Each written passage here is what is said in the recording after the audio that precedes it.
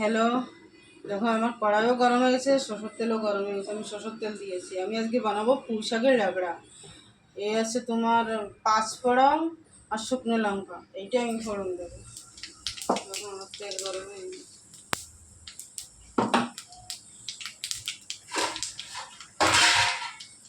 এখন দেবো আমি পটল, আলু আর মিষ্টি কুমড়ো কেটে রেখেছিলাম।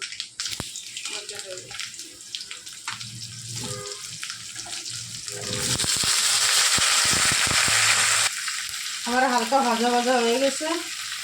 এখন আমি নুন দেবো, হলুদ দেবো 1 চামচ, আর অল্প শুকনো লঙ্কা গুঁড়ো দেবো। যেহেতু আমি কাঁচা লঙ্কা দেবো, এখানে শুকনো লঙ্কা গুঁড়ো অল্প দিচ্ছি। এর ভিতরে না বেগুনও দেওয়া যায়, কিন্তু আমরা বেগুন খাই না, এই জন্য দেয়নি। এই সবজিটা নিরামিষ সবজিটা খুব সুন্দর লাগে খেতে, এইভাবে রান্না করলে খুব ভালো লাগে। এরপরে দেবো আমি ধনে পাউডার গুঁড়ো, আর আমি আদা আর জিরে একসঙ্গে বেটে রাখিছিলাম, এটা দেবো 1 চামচ। এই দেখো আমি পুঁই শাকটা কেটে ধুয়ে রেখেছিলাম, এই পুঁই শাকটা এখন আমি দেবো। কেটে আমি ধুয়ে রেখেছিলাম।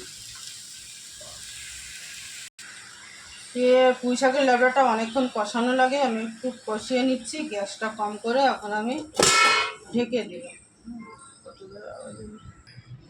এখন আমি কাঁচা লঙ্কা কেটে রেখেছিলাম, কাঁচা লঙ্কা দেবো। সবটা দেবো না, মনে হচ্ছে ঝাল হয়ে যাবে, আমি কম দেবো। সবজি আর হয়ে আছে, বেশি সময় নেই। আমি একটা টমেটোর কুচি দিই, পড়ে গেল। দেখো আমার ল্যাবড়াটা হয়ে গেছে, পুঁই শাকের ল্যাবড়া। এটা নিরামিষ খেতেও খুব সুন্দর লাগে, আর এর মধ্যে মাছের মাথা দিলেও খুব ভালো লাগে খেতে। যারা নিরামিষ খায় এভাবে রান্না করবে, খুব ভালো লাগে খেতে, ভাত দিয়ে রুটি দিয়ে দুটোই। দেখো কত সুন্দর হয়েছে। এখন আমি নামিয়ে নেব। দেখো আমার ল্যাবড়াটা হয়ে গেছে। ইউটিউবে দেখলে ফলো করো, সাবস্ক্রাইব করো। ফেসবুকে দেখলে লাইক করো, ফলো করো, শেয়ার করো। খেতে কিন্তু খুব সুন্দর, খুব ভালো লাগে খেতে, টেস্টি। আর কিছুই বলবো না, এইভাবে তোমরা ঘরে বানিয়ে খেয়ে দেখো, অনেক ভালো লাগে। আমি তো মাঝে মাঝে রান্না করি, রান্না করে আমরা খাই। চলো বাই।